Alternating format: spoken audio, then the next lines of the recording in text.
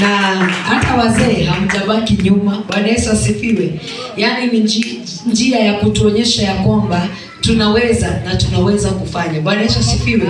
Sasa kupoteza muda, tumefunzwa asubuhi ya leo mafundisho ambayo yalikuwa mazuri sana, jinsi ya kumjua Mungu, mambo ambayo tunastahili kuyafanya, na tutasoma katika kitabu cha 1 Samuel. Ni maandiko ambayo watu wengi wanaijua, lakini najua ya kwamba siku ya leo Mungu ako na kusudi ya kuweza kusikia mafundisho ama mahubiri ya siku ya leo.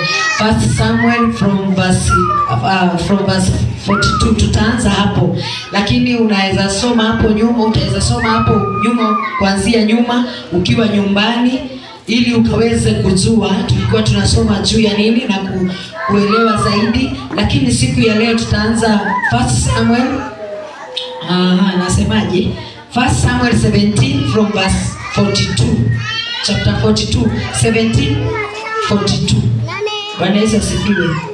Tunashika Samueli wa kwanza 17 mstari wa 42 hapo. Nitaanza, inasema ya kwamba hata Mfilisti alipotazama huku na huku, akamwona Daudi, akamdharau, kwa kuwa ni kijana tu, mwekundu, tena ana sura nzuri.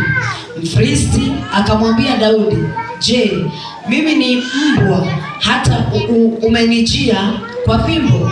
Mfilisti akamlaani Daudi kwa miungu yake.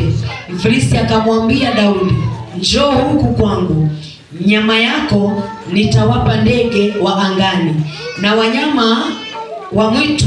Ndipo Daudi akamwambia yule Mfilisti, "Wewe unanijia mimi na upanga na fumbo na mkuki, bali mimi ninakukujia wewe kwa jina la Bwana wa majeshi, Mungu wa majeshi ya Israeli uliowatukana.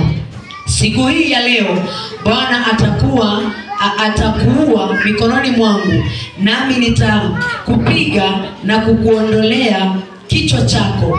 Nami leo nitawapa ndege wa angani na wanyama wa nchi mizoga ya majeshi